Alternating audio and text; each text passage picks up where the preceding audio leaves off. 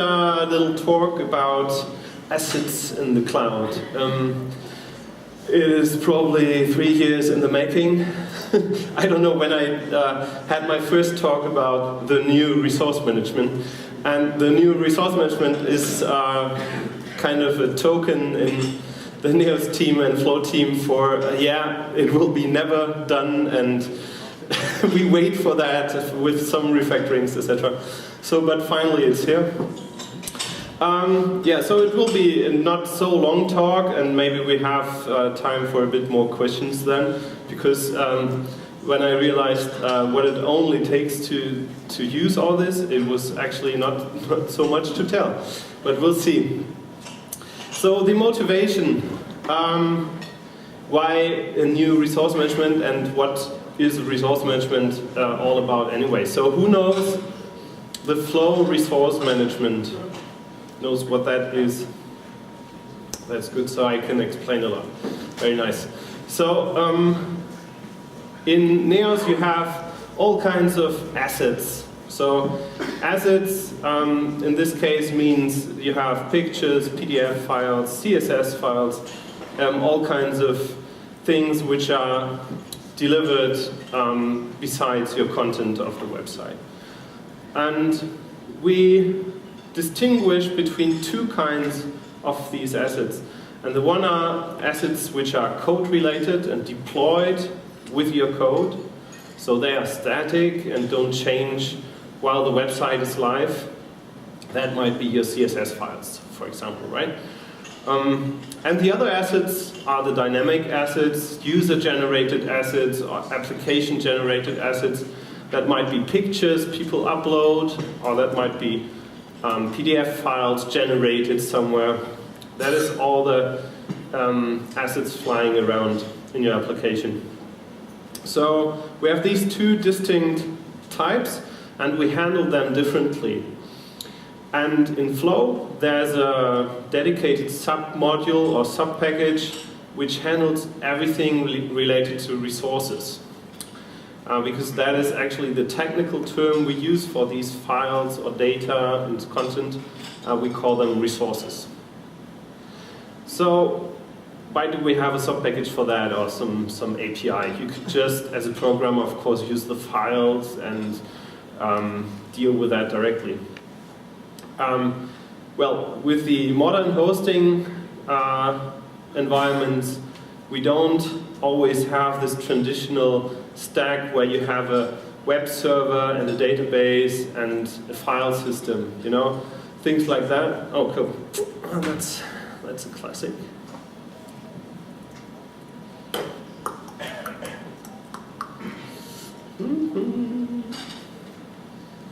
Scaled? No.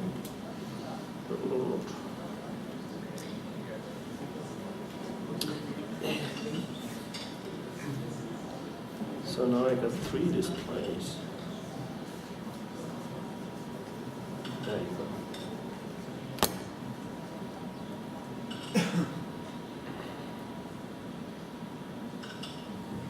Yes. So you know probably this kind of stack. So I mean, usually you probably have one web server, one database, one file system. That's good enough for most websites. But if you want to scale that a bit and have multiple web servers, or if you want to have a fail-safe solution, then you work with multiple web servers. So you have this problem. You have a shared file system because, I mean, there is data uploaded to your website, images generated, etc. So you need a file system. So who has experience with shared file systems in practice? Yeah. And who's happy with that? There was, no, nobody. So of course it has a lot of drawbacks, and you might use NFS or some other shared systems. There are actually some better solutions, but still it would be nice if actually your web server would not contain any data which you need to keep, only temporary data.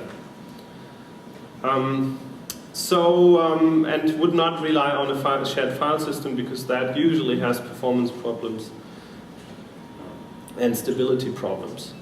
So what we want to achieve is, for example, that you can just move that, what you have as a shared file system, you just move that, for example, to some cloud storage. Actually, we want just to be able to let you create any kind of solution based on some API, and then all these assets are stored in wherever you want them to be stored. So for that we need this framework, because as a programmer, for extensions, plugins, or Neos functionality, you now don't directly deal with files anymore.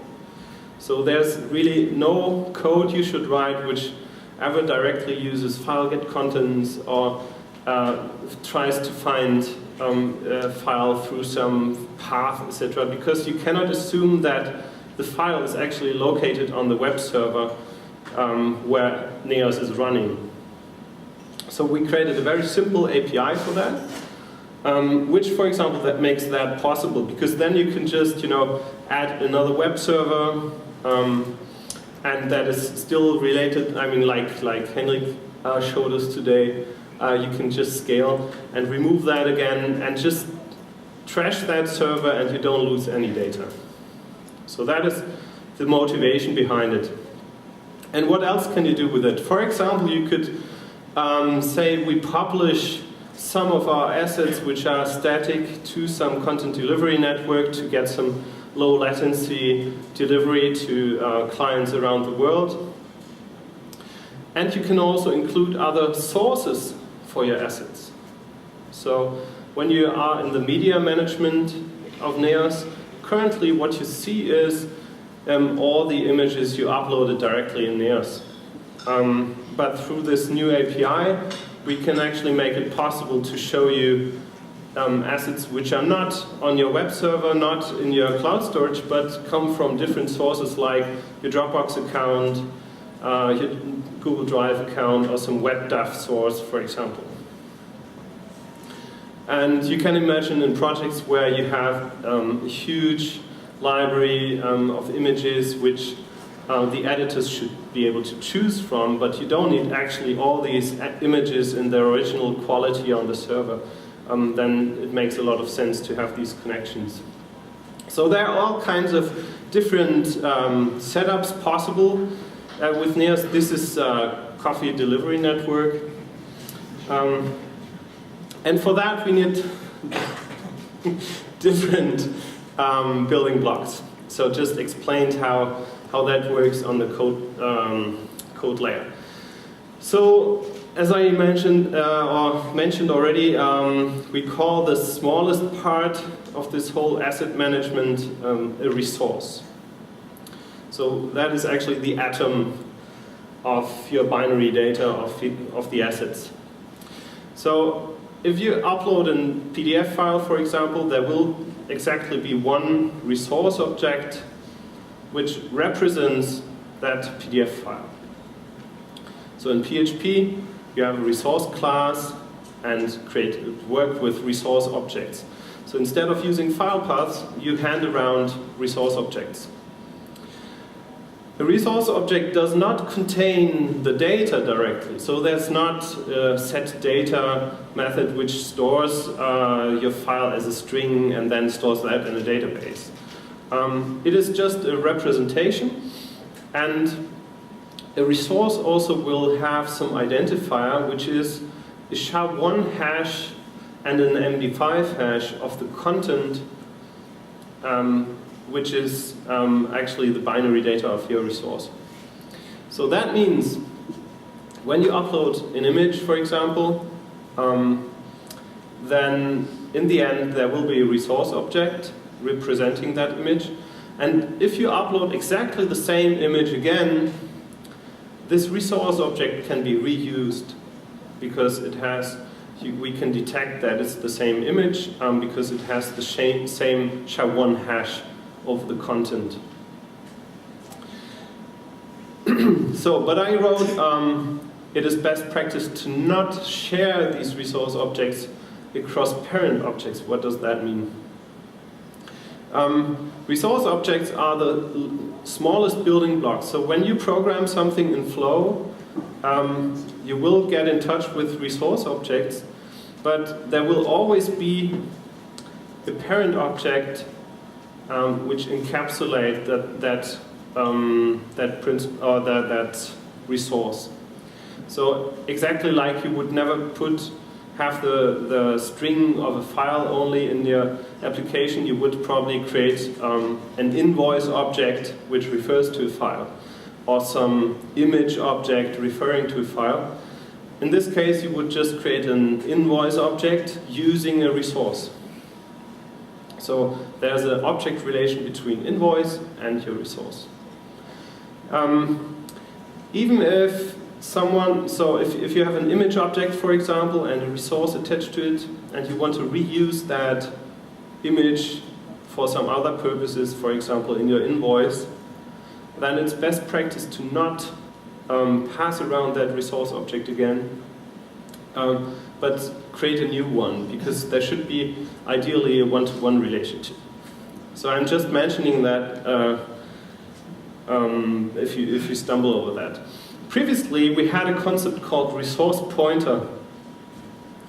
All you have to know about it is that this doesn't exist anymore in Flow 3.0, and we only deal with resource objects. So resource pointer does not exist anymore. Alright, so I mentioned static and dynamic resources. We actually call them persistent resources. Because when you know the file structure or directory structure of a Neos installation, you know that there's a data directory, and we have temporary data and persistent data. And by default, Neos will still store any uploaded images in that data persistent folder. And of course, that should give you a hint on everything you delete from the data persistent folder will be gone forever. It won't be recreated. Everything which is in data temporary can easily be regenerated. Static resources usually are part of your packages. So if you create a Flow package, you have a resources folder there, and there's a public folder actually, and these are your static resources automatically. The CSS files, etc. And the persistent resources are created through your applications, and they are stored, for example, in the file system. But now the thing is that we don't know if a specific image is where it is actually stored, if it's in the file system or in the cloud or somewhere. So that means that we actually need to register all these persistent resources in the database. So that means a resource is an object stored in the database, and that points to a location where the actual data is stored, and that is a storage. So the building blocks currently are, we have resources as the atomic parts, and then we have storages. So these storages, for example, you could have a file system storage, and that would be the exact behavior like you had before in Neos. These are internal. They are not accessible from outside. So if you upload an image, by default it's not visible anywhere. It's just stored in your storage. And of course, there's an API for it, so you can create your own storages. You could store them, for example, through some SSH connection on a different server, or in Amazon S3 or something like that. We have writable and read-only storages, and the classic read-only storage is, for example, the package storage, where your static resources are in. We made that read-only because you don't really want to change anything in your packages during runtime. So this is how it looks like currently, and with Neos 3.0 there's a change also, you see that. We have the data directory, persistent resources, and now we have lots of subdirectories there. previously all these resources were stored in one directory. Now the thing is that with some file systems, like X2, X3 for example, and I think NTFS, you will have a speed problem if you have lots of files in one directory. If you have thousands of files in one directory, everything will become very, very, very, very slow. And so this is why we segment the directories automatically.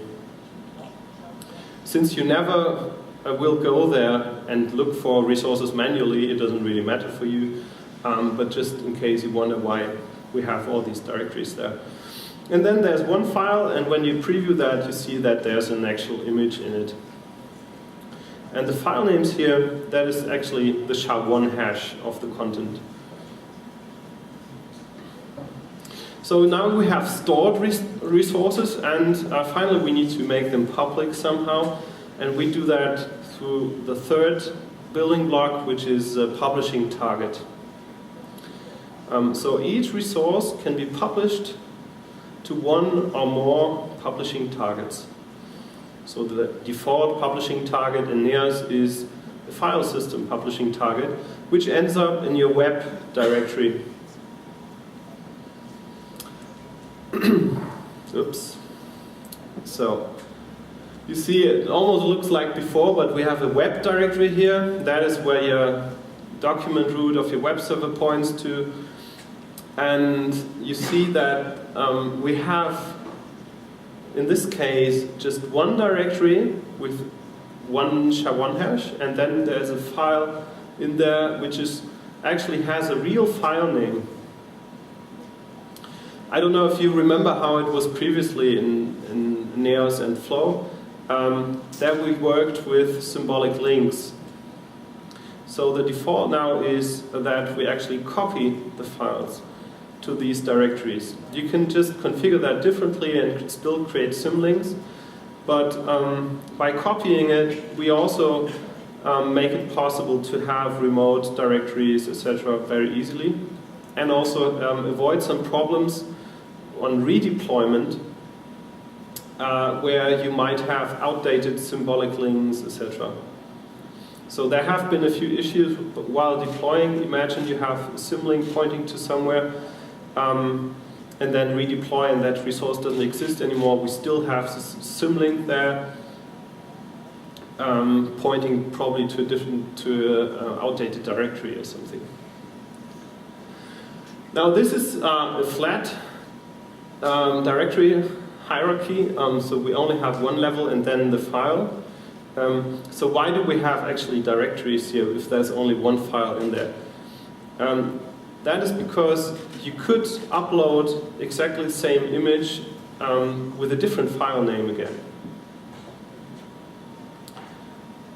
So if you are on a dating portal, that's my special example, always on a dating portal, and you use different names there. You can upload your picture under different names, and we don't reveal your name because we have different file names here. But the same problem here, of course, when you have lots of directories or files in one directory, you get the problem. There's a setting for that, so you can just tell the publishing target to use segmented directories, and it will take care of that. By the way, all these directories here are handled completely automatically, so if you remove a resource object from the database, Flow will automatically remove all empty directories, remove the files, etc., and clean up. So you can play that through by just uploading an image, see how the directory is created, and then delete the image, and then the directory is gone again. Okay, so we have resources, we have storages, and we have publishing targets, and now we need some glue to put them together, and these are called collections. So every resource belongs to one collection. Actually, in the resource object, there's a collection name stored. And that collection has the configuration and says these resources should be stored in that storage and published to that publication target, publishing target. and then you can set all kinds of parameters. So why does that make sense? Well, you could imagine you have uploaded images which you publish to a content delivery network right away. But then you also have invoices which you probably don't want to publish but put into some, for example in S3 you can say I have an expiry link, and only with a specific token you can download that PDF. So what you do is you make sure that all generated PDF files for invoices just belong to a different collection. And then all these rules of that collection apply. For probably in Flow 3.1 we will have secure download support based on this new mechanism, and that will probably just work by defining that a collection should provide secure downloads with temporary tokens, etc. You can already do that with this solution manually by using some cloud provider like Rackspace Cloud Files or S3 for example. But that is where you configure it. So probably you have a hard time reading that from the very back, but you will be able to download the slides of course. So this is just an example of how everything is configured, so I tried to put it on one page. So basically, in your settings of your Neos installation, you can define storages, collections, and publishing targets. And in Flow 3.0, when you want to see how that works, you either look into the documentation or just open the settings file of the Flow package and then look for resources. There you see an example of all the pre-configured collections, and we have two collections by default. One is for static resources and one for persistent resources. So just to basically show the storage here, there's a default persistent resources storage. It says it should be a writable file system storage, and then you can provide some options, for example a path. So that also means that you can completely configure where resources should be stored and where they should be published in the file system. Then down there you have collections, static and persistent for example, which is basically defining this is the storage, that is the target, using the names of the storage and targets you created, defined there. And for example for the static resources, there's an option path patterns, which says asterisk resources public asterisk. So you can use wildcards there and say everything in my package which is in that folder should belong to that collection. There's a use for that. So and further below there's the configuration for the publishing target. So as target options you have a path, base URI, and for example the option I mentioned, the subdivide hash path segment. So base URI, that is a good point. How do you get some URL? Actually the publishing target is also responsible for generating the URL which points to the public version of your asset. So if you have an Amazon S3 publishing target, you could, through some API, ask that publishing target, give me the URL for this resource. For convenience, we created a method where you can directly ask the resource, I think, and then you get the public URL back. So I created some small common tasks you would do as a programmer while dealing with this. Because behind the scenes, there's quite some complex automatisms which you probably never get in touch of, well, if working with resources directly, try to find some code which already exists, maybe in the Neos package or in some other examples, to get it right. So, how to publish all your assets to CDN? Well, that is again a configuration. It was just like the previous one, but in this case, I just override the storages and targets. So I create a rackspace persistent resources target and a rackspace static resources target, and define a different class name which should be used for that target. If you would like to try that out and play with it a little, on GitHub I have a package for Rackspace Cloud Files, and you can sign up there for free, I think, and for the first, I don't know how many million downloads, or it's all free. So in this case I just define which container should be used in the CDN, and then some base URL which should be used for the HTTP and HTTPS. Right, and that is just the settings of my Rackspace Cloud Files handler, where I define my username, API key, metadata key, and the data center I actually want to use. So you define a different collection, you set up your handler here with your API key, and then on the command line you need to publish these resources. So that doesn't happen automatically then when you change something in this configuration. And on the command line there's a command called resource publish. It allows you also to publish only specific collections.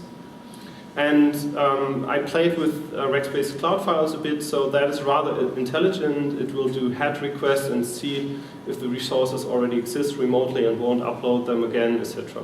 So, works quite nicely. Another common task would be just importing a PDF file. You have a file there, want to get it into the resource management.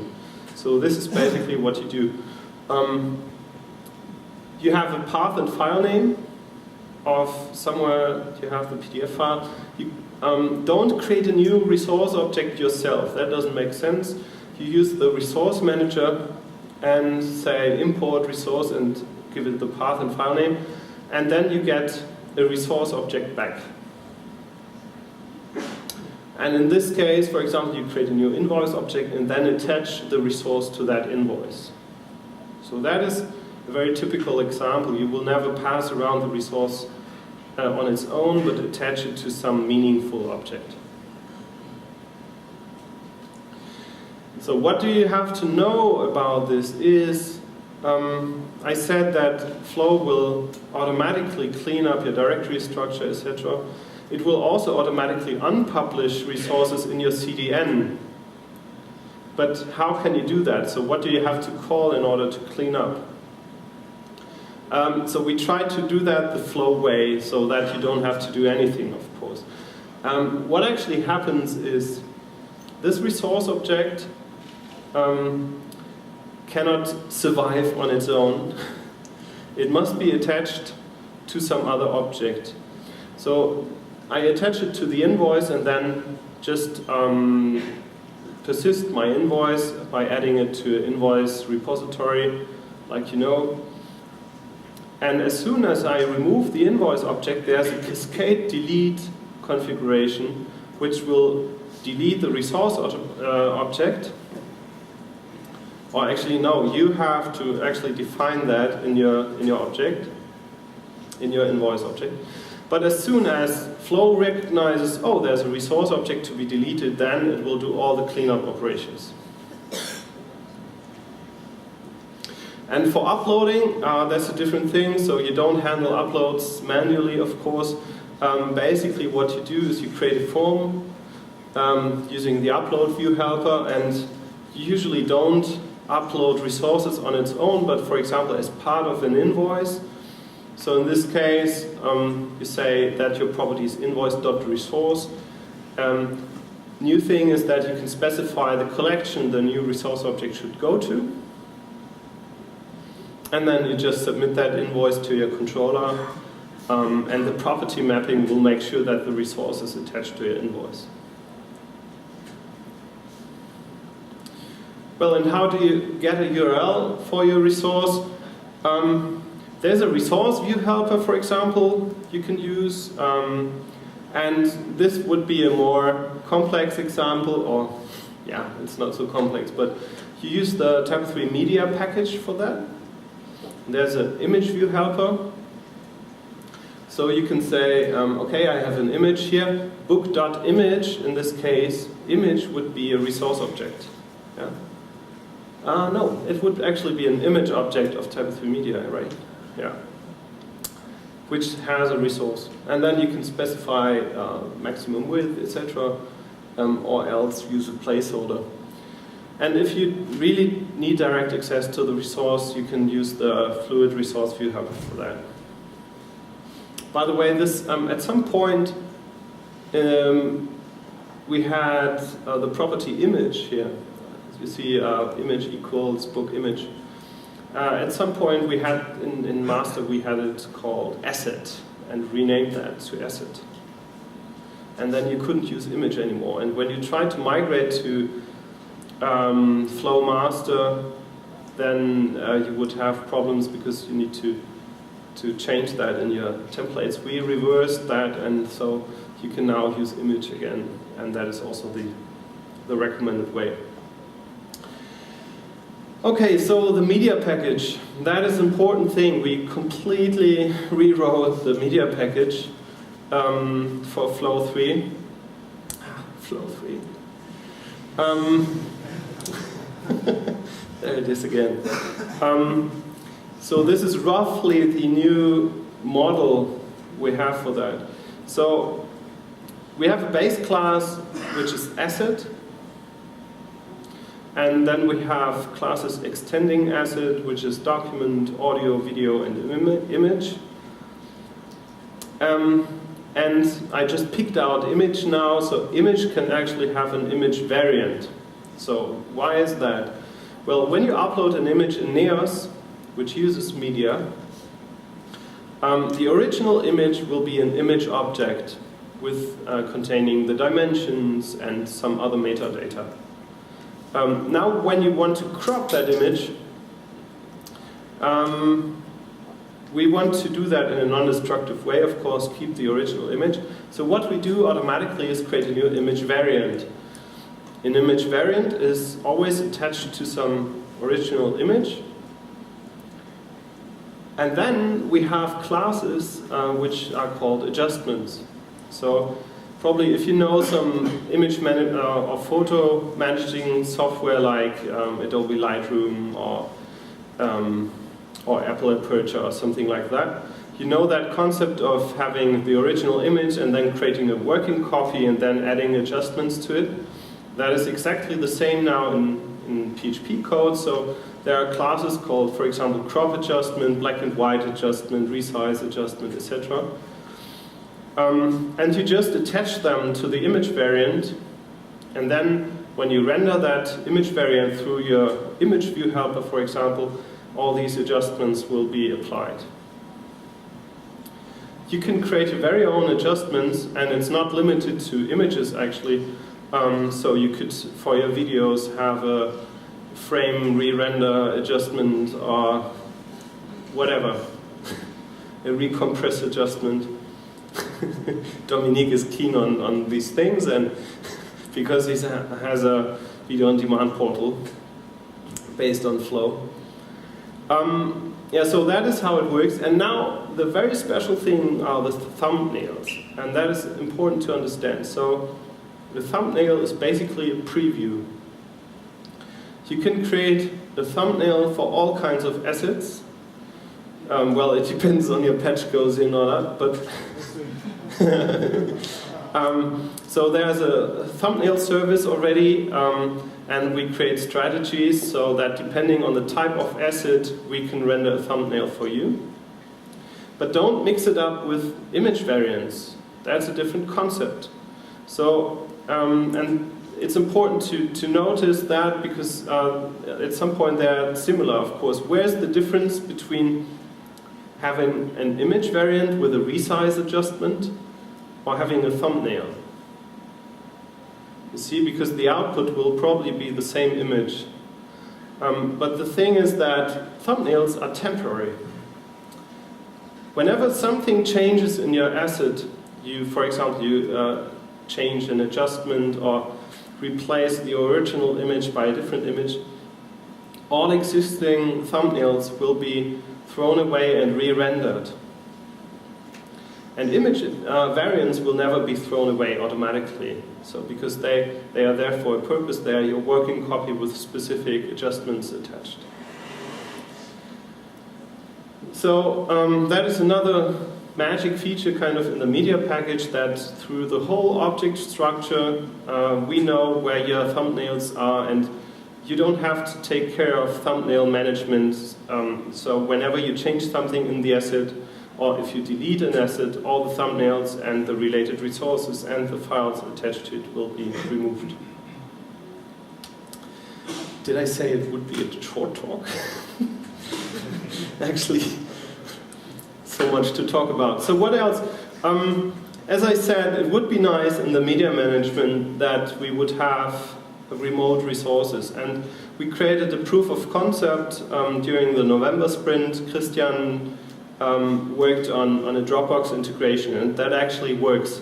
So it works to that degree that you can switch completely to Dropbox with a few side effects, because what happens if someone deletes the file in Dropbox? Then it will also be gone on your website. That is probably not the expected behavior, so that we consider that as a proof of concept. Because why is that so? I mean, if you really use Dropbox as the storage, it is the only location where the original file lies. So when you remove it from there, it's also gone in NEAS. But the problem is that NEAS still thinks that there is a file and has it in its registry. We would really like to continue with that. And obviously the next things are S3, WebDAV, Google Drive, etc. There's actually a library we can use, so we don't have to create all these implementations ourselves. But we didn't do so. If you have a project and need that, then just approach anyone in the project or me, and we can probably very easily do that. One thing which is missing at the moment, which I wasn't able to finish, is the CSS path rewriting. Because that was the feature freeze already. So the point is that if you're dealing with all these URLs and publish to a CDN, the resource management will take care of all these URLs, but if you have URLs in your CSS files, for example, specifying a background image, etc., we cannot change that automatically at the moment. If you use relative paths there, you might be lucky and it works, but usually when you're using CDNs, you don't really have the same directory structure like you have on your local file system, and then it will break. So I created a concept for that, and that is a more generic concept, and that are filters. So I have a proof of concept also for that, which means for a collection you can define a row of filters, and every time you get the content of a resource which is part of that collection, these filters will be applied. And a filter just means there's a stream of data coming through that filter, changing something, and then you use the outcoming data. And one of these filters could be a CSS path rewriting filter. By the way, I didn't mention resources. No, I have mentioned resources a lot. No, streams. All the functionality here is also possible with streams, and that's really important because especially the cloud functionality for publishing and storing usually offers a more effective memory, effective way of accessing these the data, and that's based on a stream handler, of course. So if you have very large data, you can also pass that through as a stream, and I think we never really tested it with really large data, but I think we kept it so that from beginning to end you actually pass around the stream and not convert it to string anywhere in between. Yes, so that was the short short overview. Do you have any questions related to asset management, resources, future features or something? Jochen does. For the adjustment classes, is there any way to specify the order or priority in which they are being executed? For example, that you first crop an image and then apply a black and white filter? We discussed it a lot, and I think there is, but I'm not completely sure. There should, obviously, because we identified a few adjustments already which only make sense in a specific order. But I'm not sure if it's in there yet.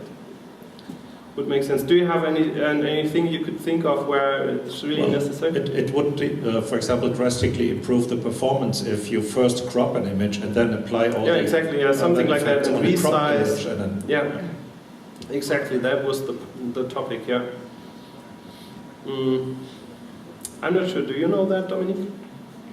No? Should be rather easy to do, but I'm not sure. Some more questions? Oh.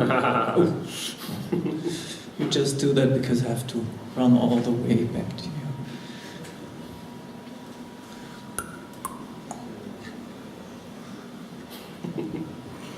Is the new folder structure of the persistent folder automatically converted from the old type of storing resources to the new way of doing it? Yes, of course. So that happens during Doctrine Migrate. Actually, because the object structure also changed in the database. We don't have resource pointer, for example, anymore. And when you run the Doctrine Migrate command, that will also move around all the files to the new directory structure. One thing I didn't mention, for example, is when you deploy your application, in development context, we will automatically publish and republish your resources. In a production context, we don't. So if you have a serve deployment, for example, then make sure to, as one step, call the resource publish task. Actually, serve now has that task, so you make sure that the new static resources, etc., are published. More questions?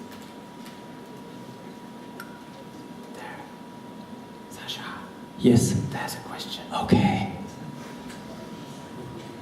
I am loud, so I can start. Yeah, I know. We don't have it. We have customers that want to have CEO paths of the resources, of the images also. Sorry, they want what? Search engine optimized Yes. paths. Mm-hmm. And do you have a recipe for that? Yeah, so that is a pet topic of mine, probably. So, do I have? No, I don't have a screenshot of that. So, I think one okay-ish SEO-friendly feature we have in here is that we actually allow you to completely influence the file name. That is the minimum actually we allow. So, when we publish that with the file system publishing task, you have seen that we have the file name and that you can set already. So you don't have influence yet on the path. And I think we won't do that for the default file publishing target. But actually the file publishing target is like, I don't know, 3 methods or so, API methods to implement. So it would be nice to experiment with that a bit, because the problem, of course, is that there might be duplicate paths or so. You actually do have to do some more logic in order to get a good structure there. But as I am told, and what I've read so far, is that this whole path name and even how deep a path is loses importance more and more, because we don't even display paths in the URL anymore. Or, of course we do. No, I mean, we don't display the URL in the browser anymore. So that is, as far as I know, that Google gives that less importance more and more, and actually looks at the file name, yes, for sure, and and where it is surrounded, but actually tries to read the file, and that is more important. But technically it would be very easy to create a new package playing around with that concept in a custom publishing target.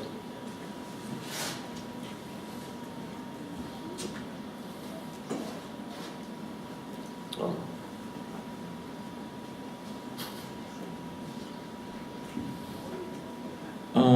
How does the resource management work together with the content dimensions?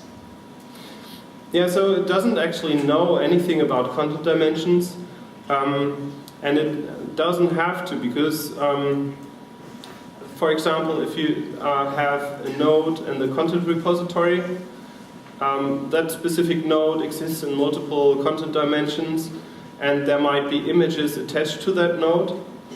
And so, depending on if you have multiple variants, so for each dimension you have a different image, then that will just work as expected, because in the end there's one node, one image object, one resource object, and the file too. And if you use the fallback functionality from content dimensions, in the end you also only have one node with one image and resource object, and the other nodes don't have an image and fall back to that node. So this all is on such a low level that actually it should work just as expected. The only thing is the file name. Yes, the file name. I think so. We cannot we cannot actually currently localize the file name of the assets.